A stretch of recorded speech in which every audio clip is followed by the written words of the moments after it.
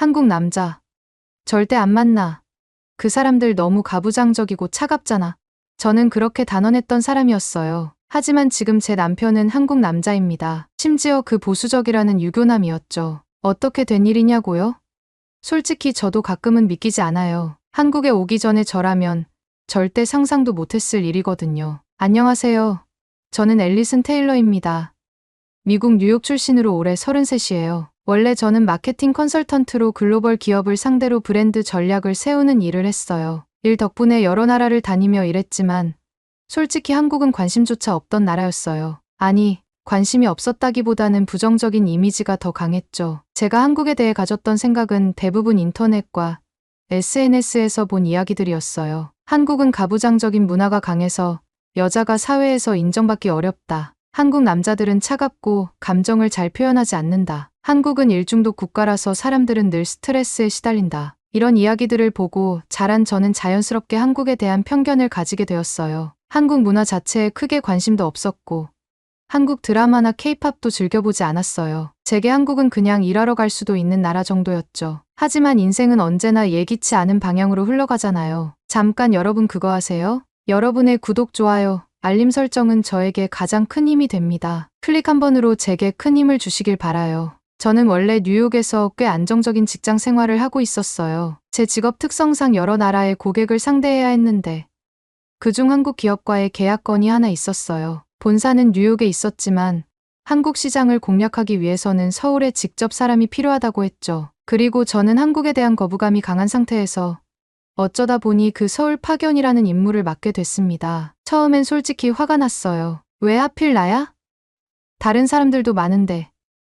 하지만 회사를 오래 다니면서 깨달은 게 있다면 일이라는 건 결국 사람이 하는 거고 사람을 이해해야 잘 풀린다는 것이에요. 그래서 억지로라도 한국을 좀 더 알아보기로 했죠. 그런데 알아볼수록 더 가기 싫어졌어요. 출국 전에 한국에 대해 공부하려고 인터넷에서 검색을 했어요. 그런데 오히려 더 부정적인 정보들만 쏟아졌어요. 한국 회사에서는 야근이 기본이다. 한국 사람들은 지나치게 체면을 중시해서 가식적이다. 한국에서는 외국 여자가 연애하기 힘들다. 특히 보수적인 한국 남자들은 더욱 그렇다. 그런 글들을 볼 때마다 저는 역시 한국은 나랑 안 맞을 거야 라고 생각했어요. 특히 한국 남자들에 대한 평가는 더 안 좋았어요. 한국 남자들은 감정 표현이 서툴고 로맨틱한 면이 부족하다. 여자에게 엄청난 희생을 요구하는 유교적인 가치관이 남아있다. 저는 연애에서도 서로 동등해야 한다고 생각하는 사람이었어요. 그런데 한국에서는 아직도 남자가 리드해야 한다.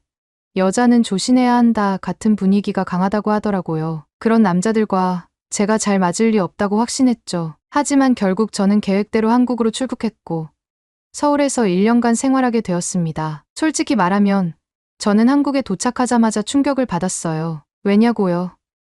제가 생각했던 모습과 너무 달랐거든요. 한국은 엄청 현대적이고 도시 전체가 깔끔했어요. 대중교통 시스템도 미국보다 훨씬 편리했고 사람들도 예상보다 훨씬 친절했어요. 하지만 저는 이건 단지 첫인상일 뿐이야 라고 생각했죠. 어차피 직장에서 한국 사람들과 부딪히다 보면 실망할 거라고 믿었어요. 그리고 첫 출근 날, 저는 강민우 팀장을 만났어요. 제가 근무하게 된 한국 지사의 팀장은 강민우라는 사람이었습니다. 37살의 깔끔한 정장을 입은 남자였죠. 처음 그를 봤을 때 저는 속으로 생각했어요. 역시 한국 남자네. 표정도 딱딱하고 감정 표현도 별로 없고 민우는 과묵하고 신중한 타입이었어요. 회의할 때도 불필요한 말을 하지 않고 업무적으로만 대화를 나누었어요. 동료들과 친근하게 농담을 주고받지도 않았고 감정을 드러내는 일도 거의 없었습니다. 저는 속으로 역시 한국 남자들은 다 이런가 봐라고 생각했죠. 그런데 며칠 후 예상치 못한 일이 벌어졌어요. 출근한 지 일주일쯤 되었을 때였어요. 갑자기 저희 팀의 막내 직원이 실수를 저질렀어요. 중요한 프로젝트의 서류를 잘못 전달해서 큰 문제가 생길 뻔했죠. 저는 속으로 이제 혼나는 거 아니야? 라고 생각했어요. 미국에서는 이런 경우 상사가 큰 소리로 질책하는 일이 흔하니까요. 그런데 강민우 팀장은 화를 내기는커녕 조용히 그 직원의 실수를 바로잡아주고 오히려 다른 방법으로 문제를 해결해버렸어요. 그리고 나중에 그 직원이 식사를 하며 풀이 죽어있을 때 아무 말 없이 자신이 먹던 반찬을 슬쩍 직원 쪽으로 밀어줬습니다. 그 작은 행동 하나가 저에게는 엄청 인상적이었어요. 이 남자, 생각보다 따뜻한 사람인가? 하지만 저는 곧 스스로를 다잡았어요. 아니야, 그냥 착각일 거야. 한국 남자들은 원래 무뚝뚝하고 감정 표현이 없는 사람들이야. 그렇게 저는 한국에서의 생활을 조금씩 익혀가고 있었습니다. 하지만 제 마음속 한편에서는 강민우라는 남자가 조금씩 신경 쓰이기 시작했어요. 한국에서의 생활이 조금씩 익숙해지고 있었습니다. 출근길에 마주치는 사람들의 빠른 걸음, 지하철 안에서 조용히 휴대폰을 바라보는 풍경, 그리고 사무실에서의 업무 방식까지 처음에는 낯설었던 것들이 어느새 자연스럽게 느껴졌어요. 하지만 한 가지, 여전히 변하지 않는 것이 있었어요. 강민우 팀장, 그는 여전히 딱딱했고 감정을 잘 드러내지 않았으며 업무적으로만 행동하는 사람이었어요. 회사에서 일어난 일에 대해서는 관심을 보였지만 팀원들의 사적인 일에는 거의 개입하지 않았어요. 다른 직원들은 서로 친근하게 농담도 주고받고 개인적인 이야기를 나누기도 했지만 민우는 항상 일정한 거리를 유지하는 사람이었습니다. 그리고 저는 그런 그의 태도가 처음에는 답답했어요. 정말 한국 남자들은 다 이런 걸까? 미국에서는 직장에서도 자연스럽게 친분을 쌓고 서로 개인적인 고민도 나누면서 가까워지는 경우가 많았어요. 하지만 한국에서는 회사와 개인의 영역이 철저히 분리되는 느낌이었어요. 특히 민우는 더욱더 철저했어요. 저는 그런 점이 그저 한국 문화 때문이라고 생각했고, 그래서 한국 남자들은 다 이럴 거라는 편견을 쉽게 버릴 수 없었어요. 하지만 시간이 지나면서 저는 그가 단순히 무뚝뚝한 사람이 아니라는 걸 깨닫게 되었습니다. 어느 날 회사에서 중요한 프로젝트를 진행하던 중이었어요. 저는 실수하지 않으려고 신경을 곤두세우고 있었고 몇 날 며칠을 거의 잠도 자지 못한 채 준비를 했습니다. 그러던 어느 날 아침 출근했더니 제 책상 위에 작은 커피 한 잔이 놓여 있었어요. 처음에는 그냥 누군가 실수로 놔두고 간 줄 알았어요. 그런데 자세히 보니 컵에 적힌 주문명이 아메리카노 연하게였어요. 저는 깜짝 놀랐어요. 저는 원래 커피를 잘 못 마시고 마시더라도 연하게 타서 마시는 편이었거든요. 누가 둔 걸까? 그런데 점심시간에 동료들이 이야기하는 걸 우연히 듣게 되었어요. 팀장님이 아침에 커피 사 오시던데? 응. 팀원들 몇 명 거기서 주문해 주셨대. 그 말을 듣고 저는 순간 멈춰섰어요. 강민우 팀장이. 그는 평소에 팀원들에게 사적인 관심을 보이지 않는 사람이었어요. 그런데 조용히 이런 걸 챙겨주고 있었다는 게 의외였어요. 그리고 발표를 마친 후 사무실로 돌아오는데 민우가 지나가면서 짧게 말했어요. 발표. 잘했어요. 그 짧은 한마디가 이상하게 기분 좋게 느껴졌어요. 평소라면 그냥 지나쳤을 말인데 그가 그렇게 말하는 게 신기하게 들렸어요. 그 순간 저는 그의 태도가 단순히 차가운 것이 아니라는 걸 깨닫기 시작했어요. 또 다른 일이 있었습니다. 그날은 비가 엄청나게 내리고 있었어요. 저는 우산을 두고 와서 회사 건물 입구에서 비가 그치기를 기다리고 있었습니다. 그런데 마침 퇴근하던 강민우 팀장이 저를 보고 멈춰 서더니 가방에서 우산을 꺼내 펼쳤어요. 우산 없어요? 저는 어색하게 웃으며 고개를 끄덕였어요. 그러자 그는 별말 없이 자기 우산을 저에게 내밀었어요. 이거 쓰고 가세요. 저는 순간 당황했어요. 괜찮아요. 저는 그냥 조금 더 기다릴게요. 그러자 그는 단호한 목소리로 말했어요. 비가 금방 안 그칠 겁니다. 그냥 가져가세요. 저는 차 타고 가니까 필요 없어요. 저는 순간 멍해졌어요. 평소처럼 차가운 표정을 하고 있었지만 이건 분명 배려였어요. 저는 조용히 우산을 받았고 그와 함께 출구 쪽으로 걸어갔어요. 그는 길을 걸으면서도 아무 말이 없었어요. 그냥 평소처럼 조용했어요. 하지만 우산을 저에게 더 기울여서 제 어깨가 젖지 않도록 배려하고 있었습니다. 그 순간 저는 생각했어요. 이 사람, 진짜 차가운 게 맞을까? 그는 불필요한 친절을 베푸는 사람은 아니었어요. 하지만 책임감이 강하고 조용히 배려하는 사람이라는 걸 알게 되었어요. 그 후로 저는 민우를 더 신경 쓰기 시작했습니다. 그가 평소에 무엇을 좋아하는지, 어떤 걸 싫어하는지 궁금해졌어요. 그리고 한 가지 확신이 들었어요. 나는 이 사람을 더 알고 싶다. 그날 이후 저는 용기를 내서 민우에게 조금씩 다가가 보기로 했습니다. 출근길에 그가 마시는 커피를 유심히 살펴봤고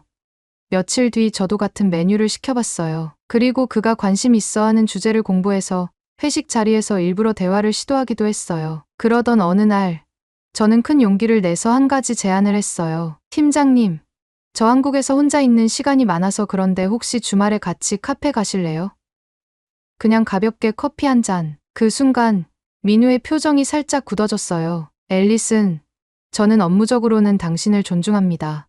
하지만 그는 잠시 말을 멈췄어요. 그리고 조용히 덧붙였어요. 사적인 감정을 섞고 싶지 않아요. 나는 순간 멍해졌어요. 단순한 거절이 아니라 그가 진지하게 고민하고 있는 듯한 표정이었어요. 왜요?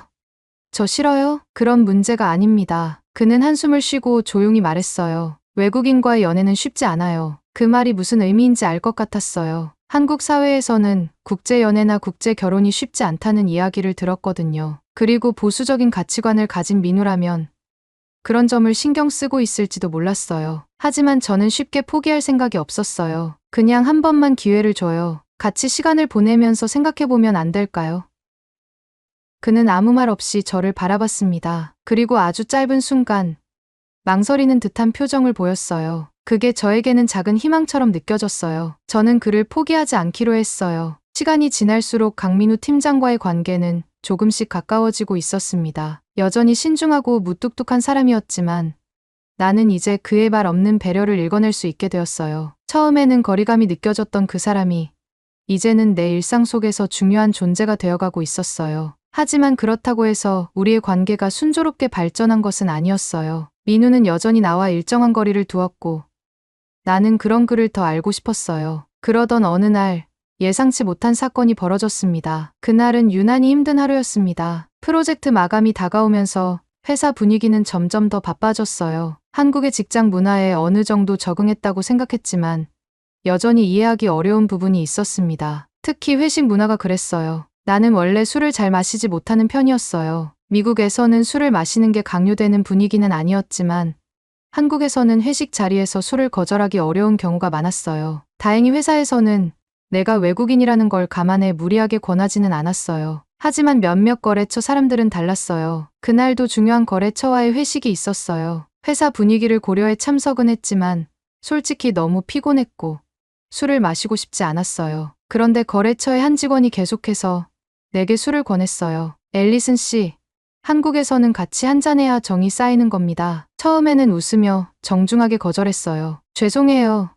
제가 술을 잘 못 마셔서요. 하지만 그는 쉽게 포기하지 않았어요. 에이, 그래도 분위기 맞춰서 한 잔 정도는 괜찮잖아요? 이미 몇 차례 거절했지만 그는 집요하게 권했고 나도 점점 불편해지기 시작했어요. 다른 동료들도 분위기를 부드럽게 만들려 했지만 그는 계속해서 내게 술잔을 들이밀었어요. 그때 강민우 팀장이 조용히 말했습니다. 앨리슨 씨가 힘들어 보이는데 여기까지만 하시죠. 그 말에 거래처 직원은 순간 당황한 듯 했어요. 아, 그냥 가볍게 한 잔 권한 건데 너무 딱딱하게 나오시네요. 민우는 여전히 차분한 목소리로 말했어요. 각자 편한 방식으로 소통하는 게 중요하다고 생각합니다. 그 한마디가 분위기를 정리해 주었어요. 결국 거래처 직원도 더 이상 강요하지 않았고 나는 조용히 안도의 한숨을 내쉬었어요. 그날 이후 나는 민우를 다시 보게 되었어요. 그는 여전히 나와 거리를 두려 했지만 필요할 때는 언제나 내 편이 되어주는 사람이었어요. 그리고 나는 점점 더 확신하게 되었어요. 이 사람,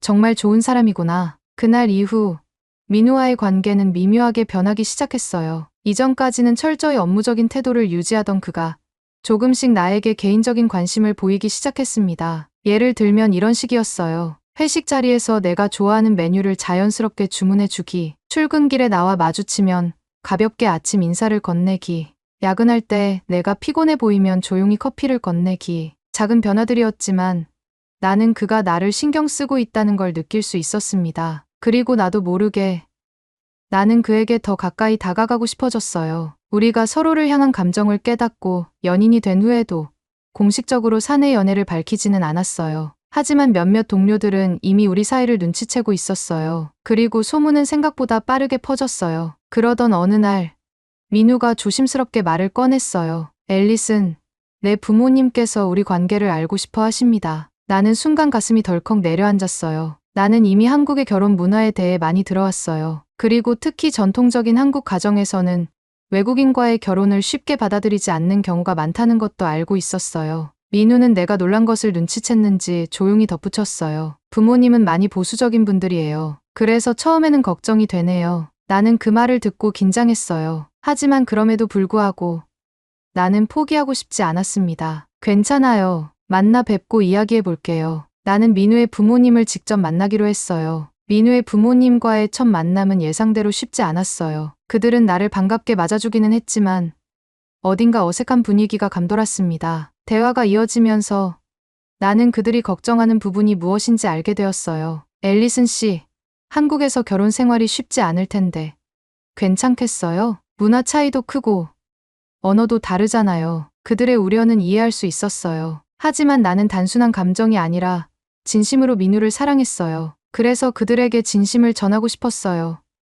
나는 차분하게 대답했습니다. 저도 한국에 처음 왔을 때는 어려움이 많았어요. 하지만 지금은 한국을 이해하려고 노력하고 있고 무엇보다 민우 씨를 진심으로 사랑합니다. 그날 이후 민우의 부모님은 나를 완전히 받아들이지는 않았지만 적어도 우리 관계를 이해하려고 노력하는 모습을 보였어요. 나는 그 과정이 쉽지 않을 거라는 걸 알고 있었어요. 하지만 나는 포기하지 않기로 했어요. 그리고 무엇보다도 민우도 나를 지키기 위해 노력하고 있었어요. 앨리슨, 우리 함께 해보자. 그의 그 한마디가 나에게는 가장 큰 위로가 되었어요. 민우의 부모님을 만난 후 우리의 관계는 새로운 도전에 직면하게 되었습니다. 그분들은 나를 완전히 반대하지는 않았지만 쉽게 받아들이지도 않으셨습니다. 특히 민우의 어머니는 조심스러운 태도를 유지하면서도 현실적인 문제들을 계속 제기했어요. 앨리슨 씨, 한국에서 사는 게 쉽지 않을 텐데요. 가족도 없고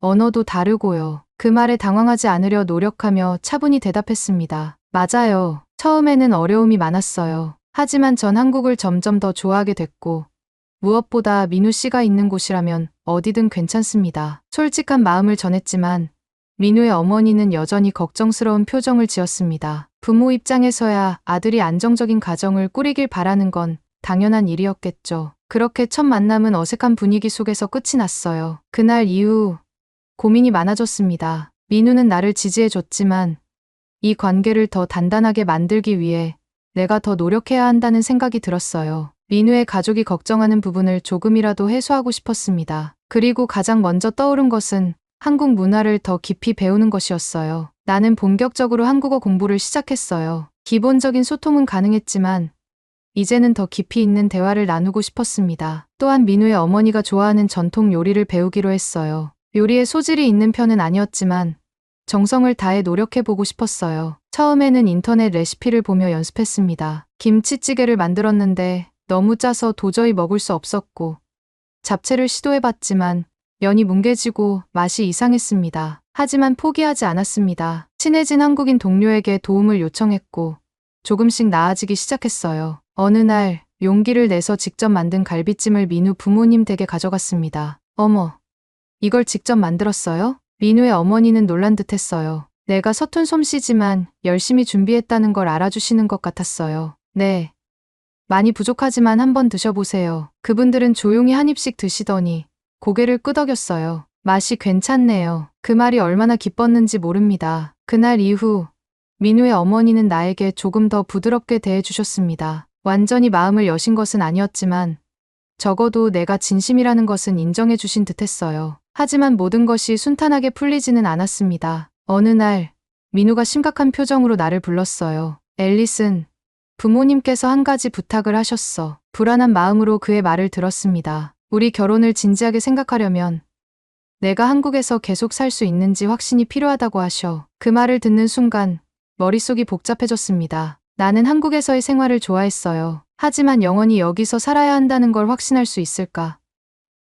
내 가족과 친구들은 미국에 있었고 커리어도 원래는 뉴욕에서 쌓아온 것이었어요. 며칠 동안 고민했습니다. 그러던 중 우연히 한국의 작은 시골 마을로 여행을 가게 되었습니다. 그곳에서 전통적인 한국 가정을 운영하는 한 부부를 만났어요. 남편은 한국인이었고 아내는 프랑스에서 온 외국인이었습니다. 그들은 20년 넘게 함께 살면서도 여전히 서로의 문화를 존중하며 살고 있었어요. 나는 그들에게 물었습니다. 어떻게 한국에서의 생활을 결정할 수 있었나요? 프랑스 출신의 아내는 웃으며 대답했어요. 어느 나라에 사느냐가 중요한 게 아니라 누구와 함께 사느냐가 더 중요하죠. 그 말이 가슴 깊이 와닿았습니다. 나는 깨달았어요. 나는 한국을 선택한 게 아니라 민우를 선택한 거구나. 그 순간 더 이상 고민할 필요가 없었습니다. 나는 민우와 함께하고 싶었어요. 나는 민우에게 내 결정을 전했습니다. 나 한국에서 살기로 했어. 그는 놀란 듯 나를 바라보다가 이내 조용히 미소 지었습니다. 고마워,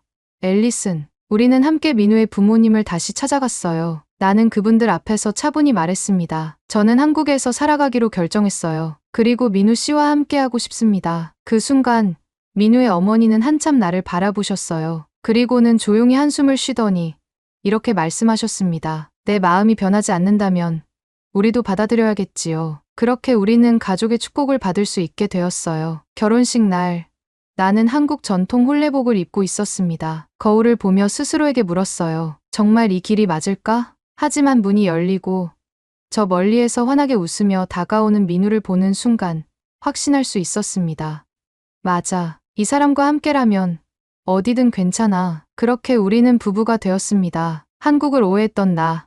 한국 남자는 절대 안 만나겠다고 했던 나. 그런 내가 지금은 한국에서 살아가고 있어요. 그리고 그 선택을 한 번도 후회한 적이 없습니다. 민우와 함께라면 어떤 문화 차이도, 언어 차이도 극복할 수 있을 거라 믿으니까요. 사랑은 국경을 초월한다. 그 말이 이제는 진짜 내 이야기가 되었습니다. 결혼식이 끝나고 우리는 많은 사람들의 축복 속에서 새로운 인생을 시작하게 되었습니다. 하지만 결혼이 끝이 아니라는 것을 이제야 실감할 수 있었습니다. 한국에서의 생활은 여전히 배울 것이 많았습니다. 언어도, 문화도, 그리고 결혼 후의 삶도. 결혼 전에는 단순히 민우와 함께하고 싶다는 마음이 컸지만 막상 결혼하고 나니 현실적인 문제들이 하나둘씩 다가오기 시작했어요. 예를 들면 이런 것들이었습니다. 시댁과의 관계. 한국에서는 가족 모임이 중요하다는 걸 알았지만 막상 명절마다 시댁에 가서 하루 종일 음식 준비를 돕는 것은 익숙하지 않았어요. 처음에는 정신없이 따라가기만 했지만 점점 나도 가족의 일원이 되어 간다는 느낌이 들었습니다. 생활 방식의 차이. 민우는 미국보다 한국의 보수적인 가정 환경에서 자랐어요. 나는 모든 걸 함께 결정하고 싶었지만 그는 처음엔 자기 혼자 해결하려는 경향이 있었어요. 하지만 우리는 조금씩 대화를 통해 서로의 방식을 이해해 갔습니다. 커리어 고민. 나는 원래 뉴욕에서 일하던 사람이었지만 한국에서 내 경력을 어떻게 이어갈지 고민이 많았어요. 하지만 결혼 후에도 내 꿈을 포기하고 싶지는 않았습니다. 그래서 한국에서 나의 전문성을 살릴 수 있는 기회를 하나씩 찾아 나가기 시작했어요. 결혼은 해피엔딩이 아니라 새로운 챕터의 시작이라는 걸 알게 되었습니다. 우리의 이야기는 이제부터가 진짜 시작이었습니다. 오늘의 이야기는 여기까지입니다. 오늘의 사연이 마음에 드셨다면 구독, 좋아요 부탁드리겠습니다. 소중한 시간, 긴 이야기 끝까지 들어주셔서 진심으로 감사합니다. 앞으로도 더 좋은 사연으로 여러분을 찾아오겠습니다. 시청해 주셔서 감사합니다.